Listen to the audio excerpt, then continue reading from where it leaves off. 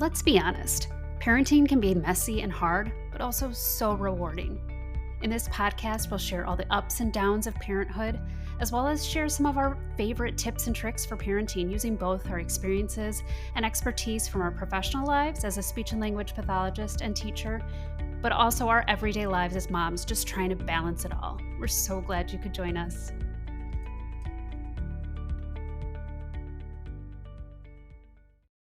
Hello, welcome to And Then We Had Kids. I'm Jenny. And I'm Sheena. And I mean, there's many reasons why I love doing this with you, Sheena, this podcast and our blog and everything. And one of those reasons is that we often get to have like people who I never thought I would get connected with prior to doing this and being able to hear from them and highlight them and hear their stories. So we have an awesome guest today that I am excited to have you guys all learn about and hopefully, follow and add to your little mom list of people. So Sheena is going to introduce our guest today. So I am pleased to announce that we have Magda from the MLM Brand. And for those that don't know about Magda or her amazing small business, Magda has this beautiful line of breastfeeding apparel. Beautiful. And let's highlight beautiful. And can be like dressed down, dressed up. Yes. Oh, okay. Yeah, I had to interrupt you. That was just needing to be highlighted for sure. And so I think one of the things that I love about Magda is that she's just supportive of all women.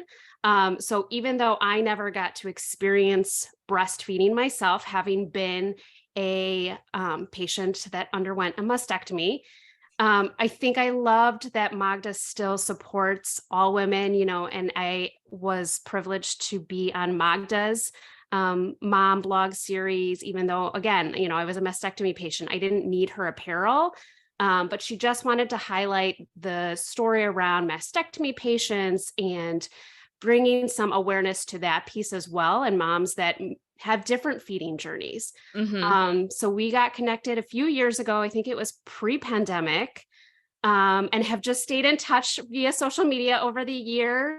And we were brainstorming what guests we wanted to bring into 2023. And Magda really was the first that came to mind in terms of women we really wanted to highlight this year. Yeah. So I'm going to introduce Magda and let her kind of tell her story and how MLM got started and whatnot. So Magda, welcome to And Then We Had Kids. Thank you so much, Sheena and Jenny. I'm like literally, my eyes I'm tearing up because, I'm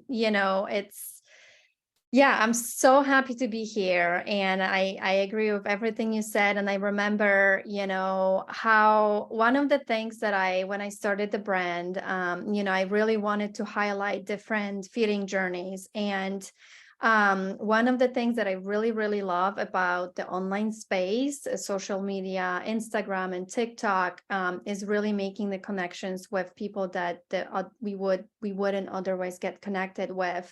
Mm-hmm. And I think that sharing our experiences, becoming parents, becoming mothers, and how different it is for each one of us. And that only starts with our pregnancy, and then how we actually give birth to our babies, and every step of the way. It's so unique to each family, to each woman, to each family unit. And I think it's just really important when we share our stories, because people who might think like, oh gosh, is there something wrong with me? Most people do it this way. When they see the diversity, the uniqueness, and when they listen to other people's stories, there's something just really beautiful about feeling heard, seen, supported, and understood on this whole journey. So that was a long introduction, kind of a long answer to a part of your question. But yes, hello everyone. My name is Magda Lasota Morales, and I am the founder and the mom behind MLM Brand, which is actually my initials, Magda Lasota Morales. I get asked about this a lot, like, is this the multi-level marketing. And I'm like, I didn't even think about it when I went with the Like, name, sure. Right. Yeah. But it's funny because I actually get a lot of attention. There's a big brand, and I think it's an Australian brand. I think it's called MLM, the label, and it's a big brand with like thousands of followers. And I sometimes get emails with like exchanges or returns. So there is another brand that I think their name stands for something else, like M loves M or something like that. But so that's the name of my brand. The reason why I chose the name was because I kind of played it safe, when I knew I wanted to start my own business. I knew I saw a need for high quality, stylish, breastfeeding friendly clothes. There was, and I've been a mom for 9 years. I have 2 boys, 9 and 5. So I've been, a mom for a while. So almost a decade ago, there weren't that many choices when it comes to breastfeeding, nursing, pumping friendly apparel. There was a lot of pregnancy clothes that obviously once you give birth to your child, like your body changes again. And Yes. yes. Ugh. So much, and people don't tell you about that piece. No. Especially with your first, like everyone's obviously very excited you got pregnant and then you're through the pregnancy. And then again, highlighting some stuff about like birth stories, but a lot of it is like after the fact, of like, oh yeah, this happened to me, or like, this is something that I went through, or this is something I wish I had known. And then this mysterious like 4th trimester that really, I feel like I didn't really understand, appreciate, put time and effort into until after my first. So like, Well, Magda, the fact that you were like highlighting this and realizing that there was a need, there for sure was a need, kind of still is a need of just like talking about it. Yeah. Absolutely. That was my experience. I gave birth in Chicago. So, we don't have family around. My whole family lives in Poland. And I didn't, coming from, corporate world as a working mom, where most of the people that I worked with were men. I also didn't have, a lot of mom friend or woman friends that were experiencing, going through pregnancy at the same time. I was, an older student in my graduate program. So, all that to say is like, I didn't have a close knitted group of moms that would be like, yeah, you need this, actually don't even worry about pregnancy. Like, what happens after is what you need to be focusing on. I didn't know that. I had a girlfriend. She flew in from North Carolina. We were friends back in Poland, and she flew in. We went shopping to Bye Bye Baby. Yes. Yeah. Because it wasn't really a thing to purchase things online. Like, we didn't have Amazon Prime yet at that point. So it was a very different experience. And there was a couple of nursing bras that, like, honestly, I was like so embarrassed to wear. But I thought that's what it was. And I just couldn't, I didn't like it. I couldn't agree to that. I had my style, and I knew there was a lot. I guess maybe it also came from the fact that I wanted to have some control over my life, that, as you become, when you become a parent, it kind of gets turned upside down, and everything else you have to readjust to. I wanted to at least have control over of my wardrobe and how my clothes make me feel. And when I get ready, to go to work, I feel confident, and I feel like, what I'm wearing is also functional and works with my new lifestyle. So that was the whole inspiration. I mean, so I started the brand. I launched the first dress in 2019. And after, a couple of years of working on the design and manufacturing and all the little details behind the scenes, but I finally launched my first website that I did myself Mhm. with that one product in June of 2019. So this is year 4, 3.5 years. But to be honest, being a bootstrapped and self-funded business, I still feel like the brand hasn't really had a chance to show its full potential, because one of the challenges that I've experienced was basically, a lot of founders experience that it's the cash flow. Like you have a product, you have revenue coming from your sales, but you also want to create new styles, and that costs a lot of money relatively, to what your revenue is, as a small startup business. So there was that disconnect. Like I went out of stock with one style, and then the money that I made from those sales I invested in a new style, and so I was just trying to figure out how to basically restock everything. And there were lots of other hiccups along the way, which I now know and I've learned to really appreciate as lessons. I think that one of the hardest things for me as a founder was to learn that there's always going to be ups and downs. There's going to be always ups and downs. Like the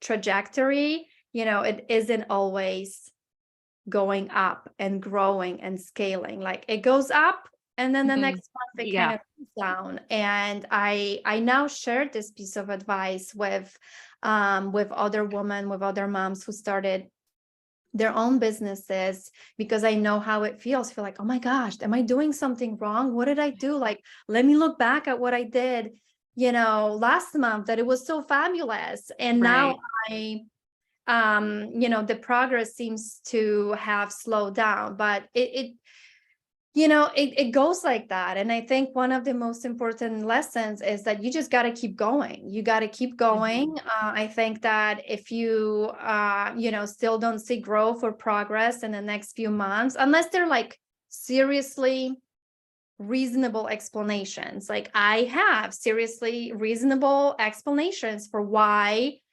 my revenue was so and so in 2022, right? But maybe after a few months, when you are not seeing the progress, it's worth taking a look at, okay, what have I been doing? What are my customers saying? What are they responding to? Are there any ways I can maybe tweak and change and adjust, my strategy? But that's kind of, about the brand. And as you mentioned, I'm very proud in the products that we create. Again, there were some hiccups, there were some mistakes, there were, loose threads and missing hang tags and mislabeled, fabrics. In 2022, our factory also experienced a fire. So that was like a big. Right. I forgot about that. So that was a big sort of, a major hiccup, because they were ready to produce all of our styles after we moved manufacturing from Chicago to LA. And that was just something I had to, take a deep breath. And because it really was out of my control. Like there are things that you can control, as and there are things that you can't, and you just have to keep going. And that's what I did. And I now found a very good, supportive manufacturer. They're in the process of working on our next production run. I'm so excited, also so nervous, because truth is, you don't really know what you're gonna get until you see it. So but that's just part of the whole experience. And I'm glad I can kind of smile about it right now, because I think on a scale from like 1 to 10 of how nervous I was between receiving my first boxes with the dresses, it's probably like a 1 now, and it was like 11 back in the day. So, so you said, do you have a business background?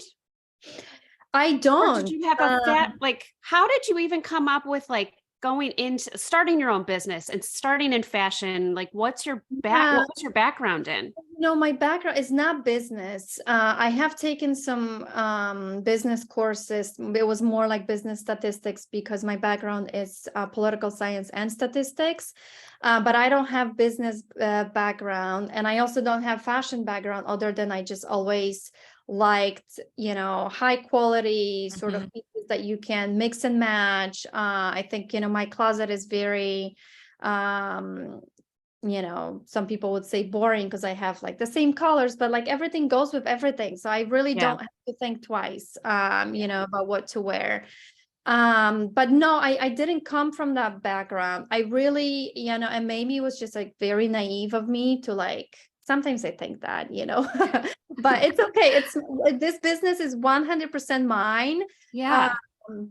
So, I've learned so much about, marketing and social media and people and design and manufacturing and so many other aspects that, like, to me, that is so worth, the whole experience.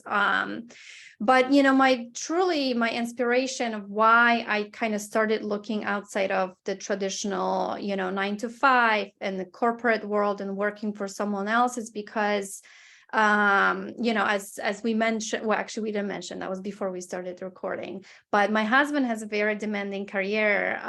So we, shortly after having kids, we realized that I would be the primary caretaker for our kids. And with one child, it was already very challenging to be able to, and this is like daycare level, right? So he was still in daycare. So I didn't have to worry about summer camps or, really winter breaks. Like he was in daycare and they're open most of the year. But when I had my second child, and as many other families, the question we faced was, do I keep a job that I am not that passionate about? I worked in the corporate world in survey research. It was a great job, but when I became a mom, it's just the feeling I had. Like I couldn't, I hated being away from my kids. I hated that, like, I just dropped them off at 8, picked them up at 6, fed them, something, and put them to bed.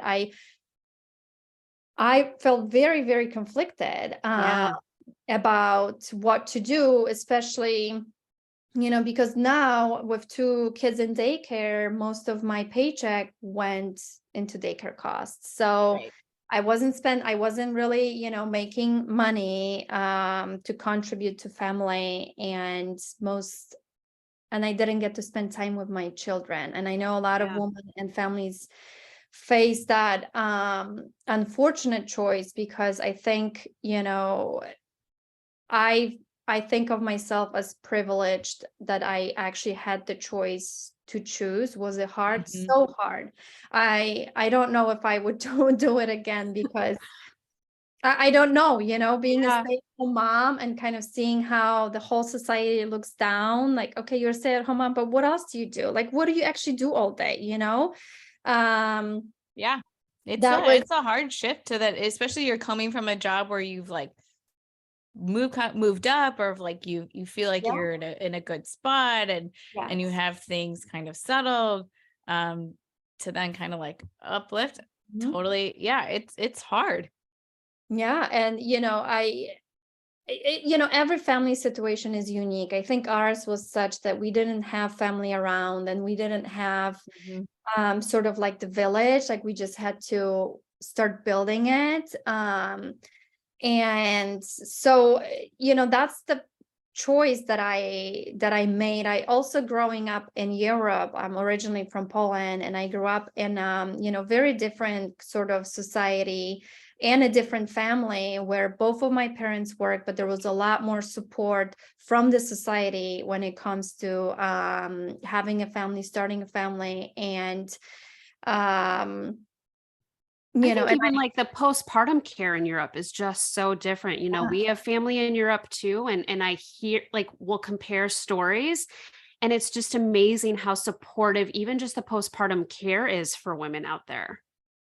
Absolutely. You know, I have a sister who's just 1 year younger than me, and she has 2 kids, and she has, you know, she works at Volvo, which is, you know, an international company. And with both of her children, you know, she had almost a year of leave paid at like 80% to 100%.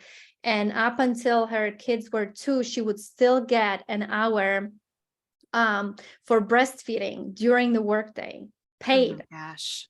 And it's like, here we're just Ugh. like fighting to have like these like bits and pieces of just normal, like, Mhm. you know, like normalcy, what to me is, you know, it should just be a given. So that was another sort of clash and conflict that I experienced when I became a mom, and I was just trying to figure out how to do it all, or like how to do it, some of it, you know, because Yeah. Yeah, I can't truly. do it all. But yeah, you know, I think back about, you know, I think I look back at my journey, and I think a lot of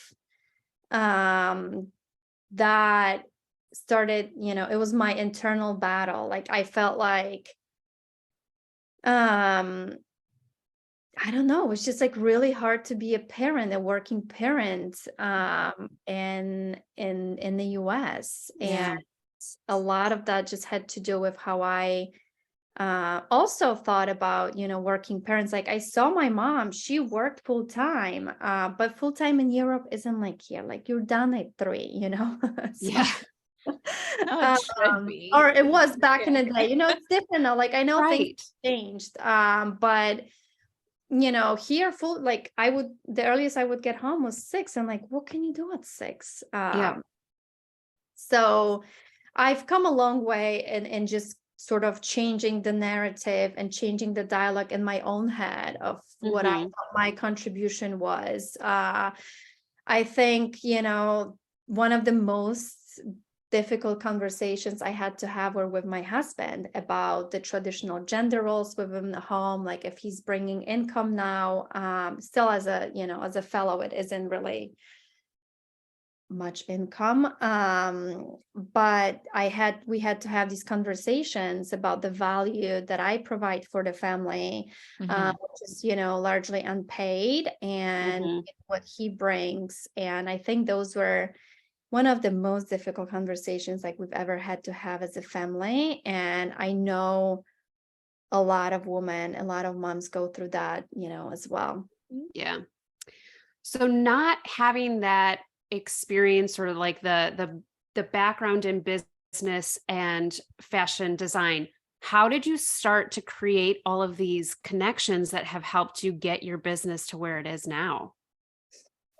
You know, it really was like one conversation leading to another, and one person introducing me to another. Fashion world is interestingly very secretive. So it's really hard to, it's not one of these things where you can, you know, like Google. I think again, okay, we're talking like 10 years ago, right? So Right. Yes. things were different 10 years ago. It wasn't, because now even, you know, within my community, I have met multiple pattern makers and designers, you know, companies that basically help startups like mine, with people who have an idea but don't necessarily have the technical training. So it's different Right. now, and maybe it's also, it feels different to me because I have been part of the community, and I have been talking with different people. I got to know a lot of different people. Mhm. I got to talk to founders and learn about their path and their journey and how they did things. So maybe, you know, I've gained that wisdom, like something I didn't have when I came straight from the corporate world. And, Yeah. you know, all I knew was H&M and Zara. Yes. And I Right. think make their things in sweatshops, and like, how can we do it differently? Yeah. So yeah, but you know, honestly, kind of started with meeting a friend of a friend said, you know, I actually am a pattern maker. And she worked in Chicago, and she worked for someone else.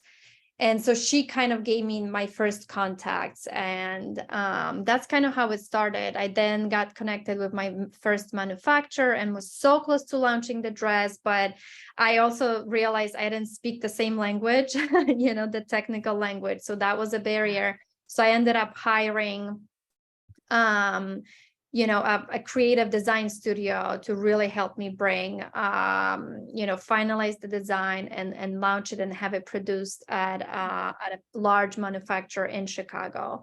And, after that, I think a couple of years into the business, there were things I didn't like about the whole process. So I took a step back. I kind of wrote down what I didn't like, what I would prefer to, to change.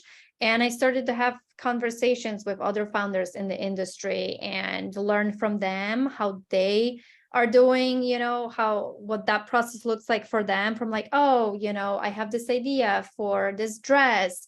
How do you get from that point, A to your point B, which is ultimately having it for sale, in your shop. And I've learned that there are different ways of doing things. And I changed some things around, and I am now working with a wonderful pattern maker who kind of works with me very closely on every little detail. And then once we have that prototype finalized, we then go to the factory and we have some samples made by the factory. They have to make sure that our design can be replicated based on materials that we deliver for them.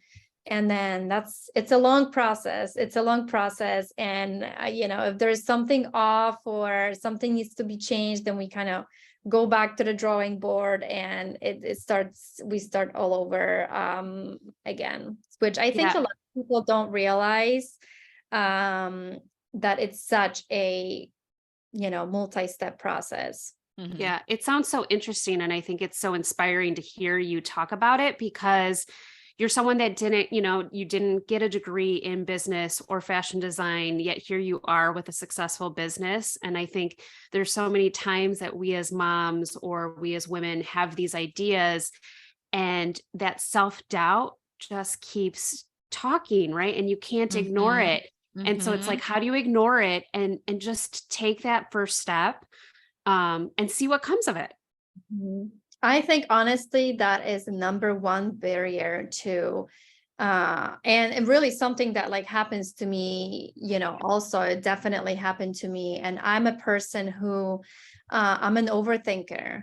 I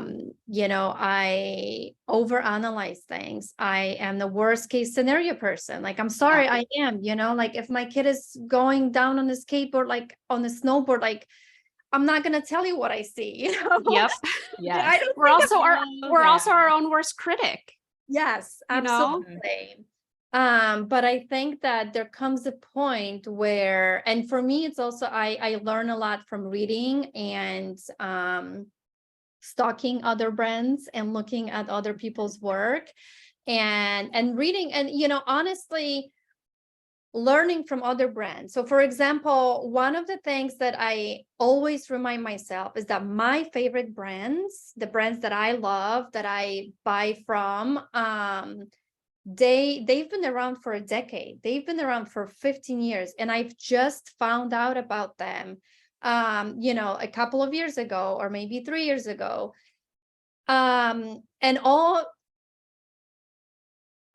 I'm saying all of that because sometimes it seems like, an overnight success. And it's just simply isn't true. One of the things that I try to do is kind of show the behind the scenes also, so that my customers and my followers and my community can see that like it really isn't that simple. In companies who turn around collection after collection, it's because they've done it multiple times, multiple years. And for people who are just starting out, it takes a long time. And I think that, there's always a lot of risk, but the overthinker I am, I think the final question I always land on is like, what if it actually works out? Like, what are the chances that it's going to fail? Like, even if like one of my dresses is not a huge hit, right? Like if one of the products that you're launching is not a big hit, that's fine. Like, you just post about it again, you know what I mean? And you learn from it, and you take the feedback and you do the next thing. So I feel like there's always more lessons to learn from what some people would call a failure, than not. And I think that you'll always walk away, richer in experience and what you learned than if you didn't do it. And I think for me, ultimately, was the question that I ask myself, would I regret more, losing the money that I've put into the business, or would I regret the fact that I never did it, that I never started it? And I think ultimately that's kind of how I answered that question, was my inspiration to move forward with the brand, even though I didn't know. So I don't think I ever finished the story, but the reason why I didn't call my brand, something maternity or something breastfeeding, is because I was like, okay, I'm starting this like LLC. What if the breastfeeding doesn't work out? What if I'm going to like pivot into something else? Right. So that was really me being a scaredy cat. No, I can view it as like leaving the door open for yourself, that you started one thing and then you really kind of can have this creative freedom to launch whatever product comes up for the future for you and fits in. But you bring up like a really good point, that from what people might see online or like social media, of thinking these like quote unquote overnight successes, like just isn't the case. When you hear someone's backstory, they've been thinking about something or an idea for years and years. And I just feel like who better to know about what like moms need or like new parents need than moms and parents. And so like if someone has an idea, like stick with it. I think Sheena and I even talk about like, we've had ideas of how we're going to start something. And this has taken us, like, we've known each other for like 10 years now, that, and this is like, feels like a brand new thing. So it's incredible that you've stuck with it and are seeing success and are really providing a product that new moms need. I really hope so. There also comes a point where, it's time to think about, who am I designing for? Am I designing for myself, or am I designing for really, every mother out there? And I think ultimately, my goal is to be a brand that's, that champions diversity and inclusivity, and because it's not everyone is, for example, like my body shape, or my chest size, or and I think that that's definitely the next step, for MLM Brand, to be more size inclusive, in the future. Right now, our size range is extra small to extra large, and we have, sizes past extra large in the works, but that comes, since I can't really, test those designs on my own body. I would really love feedback from moms who wear, that size too low, because it's not simply adding an inch here or there. As it takes a lot more thoughtful design and just thinking about the functionality that needs to be considered before we expand our sizing.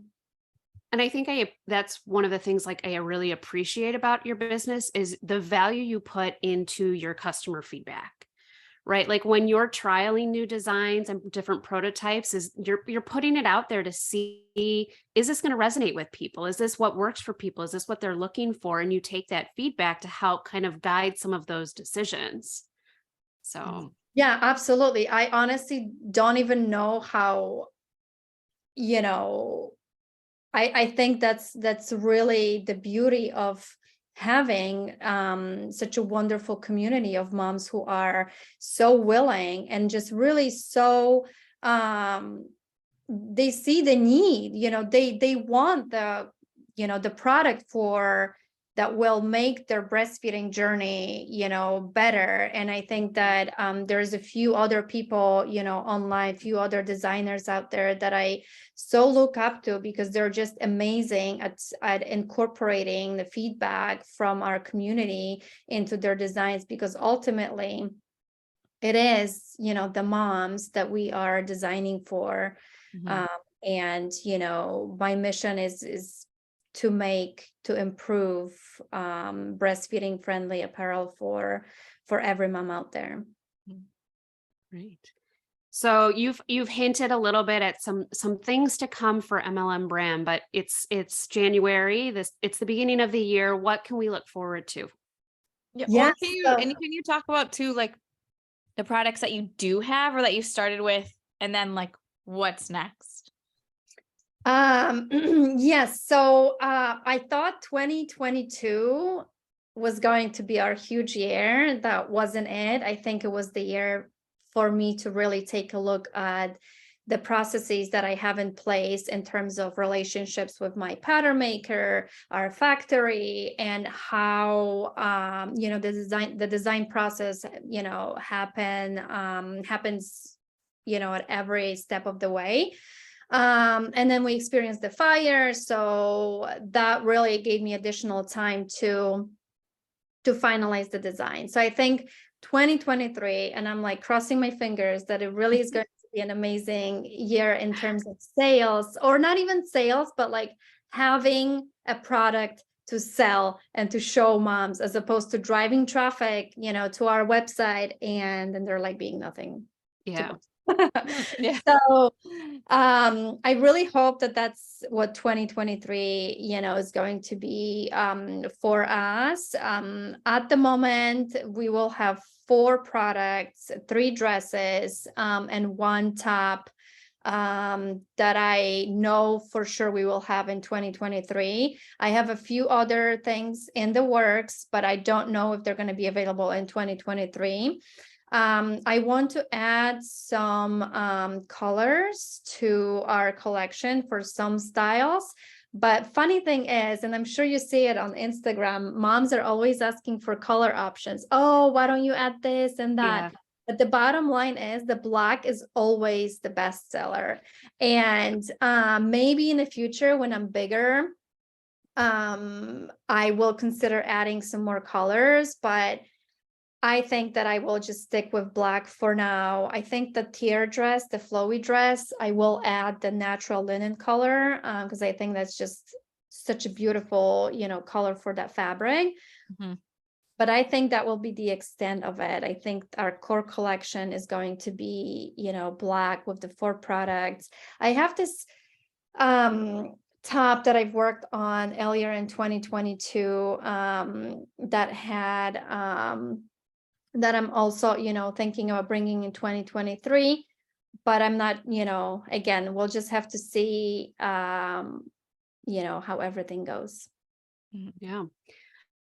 Can you also speak a little bit? I think this is new, or at least maybe I'm just catching it. But the pre-loved items. Yes. So this is new. It's not fully developed yet. So far, what and again, this is a benefit of being in business for a couple of years, having the data, getting to know our customers, what they want, and ultimately what they're willing to spend on our products, right? It is not a secret that our products are priced a little higher than Old Navy, or I shouldn't even say any names, but like the like a big store sort of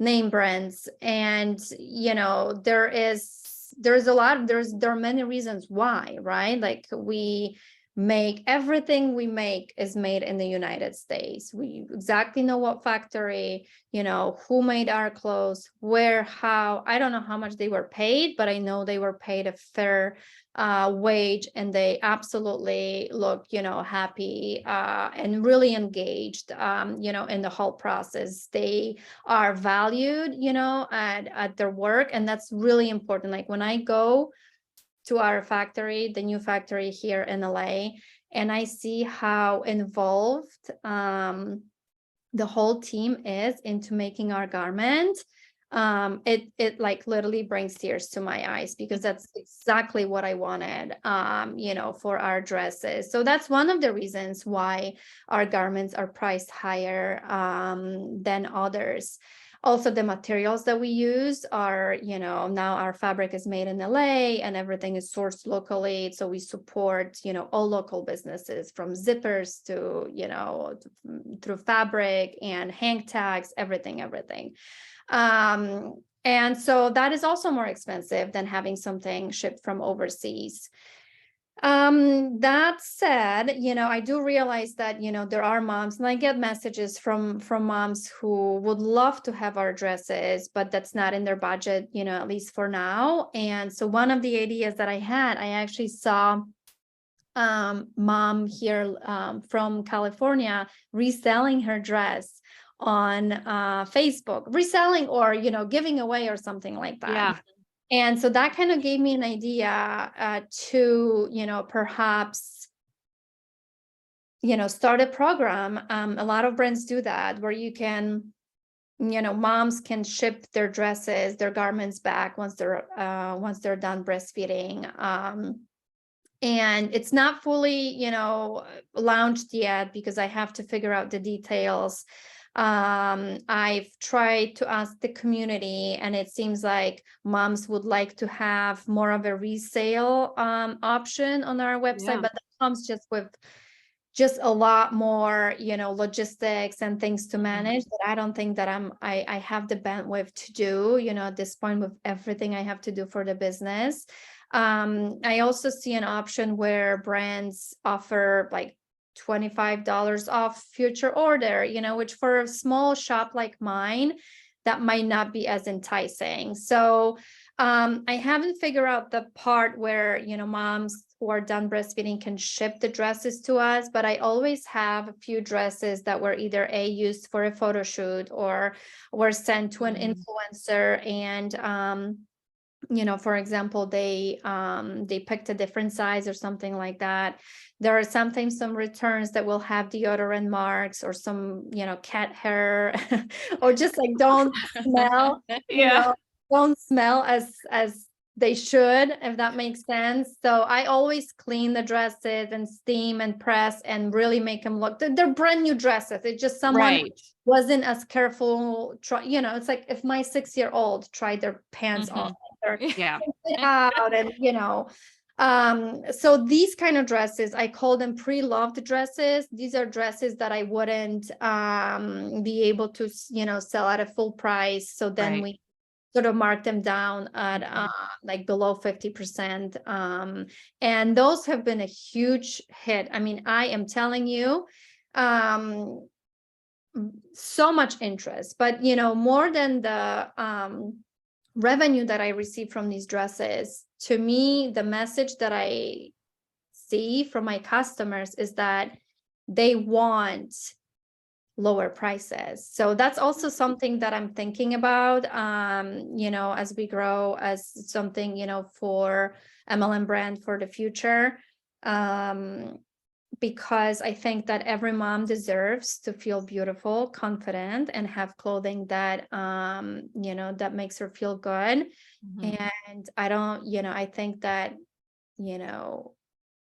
price can be prohibitive to some. I know, like, there are things I, are out of my price range. But still the mission that I feel in my heart of wanting to provide, for new moms, because I feel like it's also such a vulnerable stage. I don't want the price tag to be something that stops mom from feeling their best in those first months or even years of becoming a mom. Yeah. I think it's also just a great sustainable option, which I Yes, think I is didn't so, even it's so important. A lot of good things, really. Yeah. Oh. Absolutely. I didn't even get there because, I have a lot of customers who bought, back in 2020, early 2020, when the little breastfeeding dress, the OG dress, was available in 5 colors. They bought all 5 colors. Wow. And Yeah. I'm sure like you don't wear all of your colors the same. So, Mhm. and also when we prepare for the breastfeeding journey, you never know how long it's going to last, right? It could be 6 Yes. weeks, it could be 6 months, it could be 2 years. So I feel like there is a lot of amazing dresses in great condition that could be, used secondhand. And Mhm. that's also another reason why we wanted to start a program like that. Yeah. I love that. Brilliant. It's really great. So all of this talk about business, how do you balance your work life, your mom life, being your own boss, but making sure that you have to have the time and energy to put into your business, but at the same time, your family. So what do you do for you and how do you balance it all? Well, that is a very, hard It's a question. loaded question. Yeah, it is a loaded question. And first thing I want to say is that my kids are older now, right? So my answer to that Mm. question, when they were, 3 months and 3.5, would have been different, right? But I think there's other podcast episodes that I've talked about, at that stage of my life. So I'm not going to go into detail there. I think that, I just wanted to say that like my life looks more balanced now because my kids are older. Mhm. And I know when you are a mom in the trenches of motherhood, when you've just become a mom and now you have 2 or 3 human or 1 human being to keep alive, that it's really hard to think like, oh, yeah, it's hard, but when they're 5, I'm gonna be fine, right? Like when you're in the trenches of motherhood, it's really hard to think straight. At least it was for me, right? Yeah. Yeah, Mhm. the sleep deprivation was so hard for me. And I think, how I thought about, balance and ways to run my business and still do things that I enjoyed was different. I think back in the day, it was more just finding 10-15 minutes for a Mm. shower or like, put my makeup on or, get dressed. Like it was very minimal. Now that my kids are 5 and 9, my agent just turned 9. It's, I have a lot longer stretches of time that I can do, work. But that also means like part of me is like, okay, finally, now that I've spent so many years taking care of little humans, like now it's time to work, work, work, work, work. Yeah. But, big kids or bigger kids also require a lot of, attention, different kind of attention. And so it's not so much that, that it all went away and now I can just focus on work. It's more that I have, while they're at school, I have time to work, but that's also time for me to clean the house, get my workout in, do the grocery shop. I was still like Mhm. not having the financial resources to outsource a lot of our household chores. Like all of that falls on me. So for me right now, it's trying to balance how to like not spend my days doing the chores, right? Because as we all know, we could just be cleaning all day. Yeah. Yeah. So for me, at this stage, it's working on my mindset and prioritizing like what, now kids are older, so they come with a lot more mess. I'm not even going to turn my camera around because there is currently a military camp in that closet there.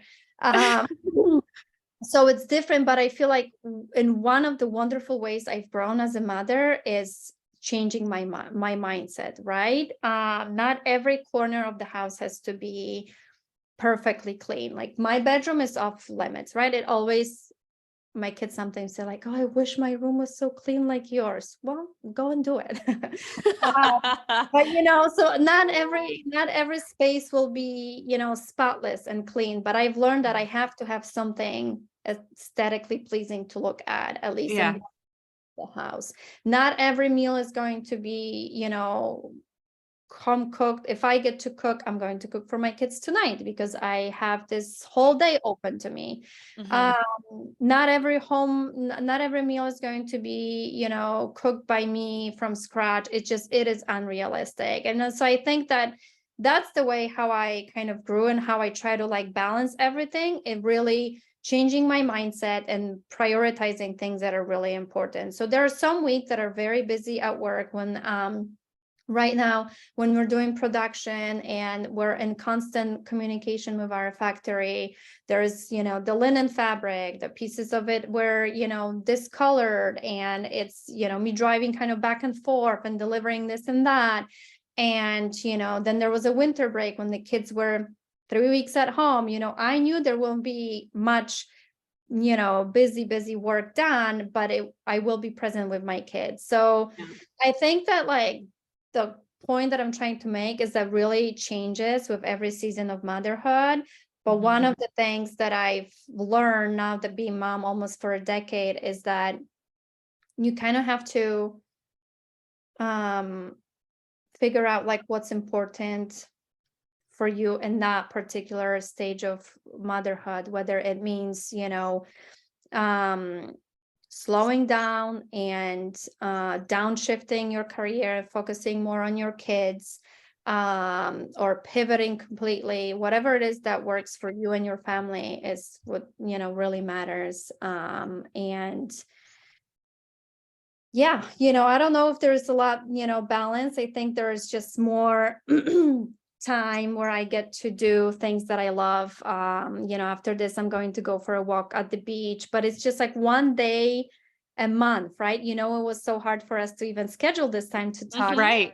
My husband is working on the weekends very frequently, but today looks like this. And that's kind of what I try to hold on to.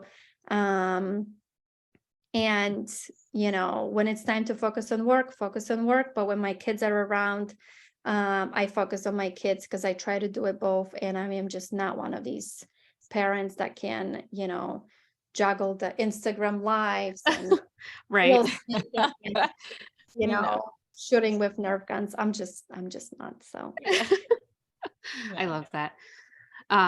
Okay. So where can people learn a little bit more about you and your amazing products?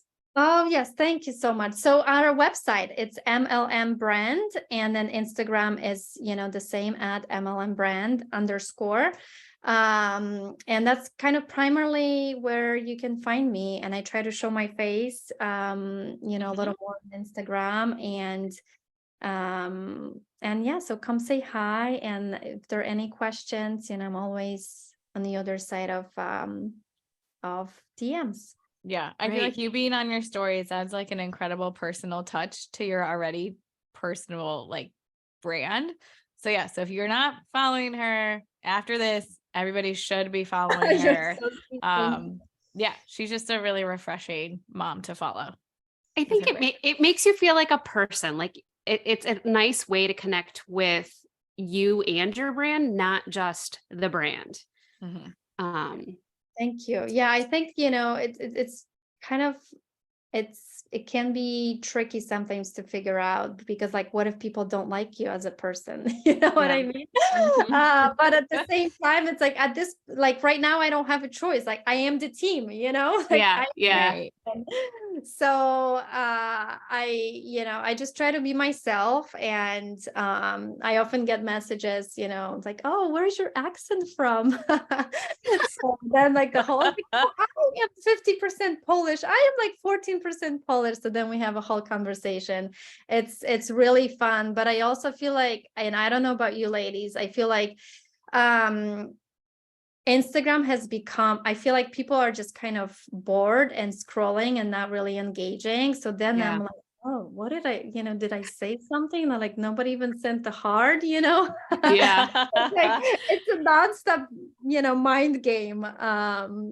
But no, it's a real person. I try to remember that whenever I engage with everyone out there, like it's real people, out there. And with people who own product or even service-based businesses, they really are putting their heart out there, and that's very commendable. I think it's hard. Yeah, I love that. So to wrap things up, we have a really exciting announcement that we will make sure to put on Instagram for you guys, but we are partnering with Magda to do a big giveaway. So we'll have some more information on Instagram. So make sure that you check us out there, and we'll put all the giveaway information there. But please make sure to check out Magda and the MLM brand. We'll make sure to put all of that information in the show notes so you can check her out when you get a chance. So thank you so much for joining us. Yes. Thank you, Magda, for taking the time. Love your stuff. So thank you so much. It was such a pleasure. Just such a wonderful conversation for my Sunday noon chat. Amazing. Yeah, and you get to go enjoy the beach. We have fresh Chicago snow. So yes. Which I'm sure your kids are missing. Yes, they are. Yes, I bet they are. One of the tantrums, my 9-year-old, when he's like really tired and nothing else to argue about, because how hard is his life, really. He says, I just hate California, like it never snows here and it never rains here. So to your point, they do miss the snow. Yeah. So okay, well, thank you so much. Thank you. Thanks so much for listening. We hope you enjoyed this episode. And if you'd like to help support the podcast, please share it with others, post about it on social media, or leave a rating and review. To catch all of the latest, you can follow us on Instagram @_andthenwehadkids. Thanks again. And like we say, life used to be carefree, and then we had kids.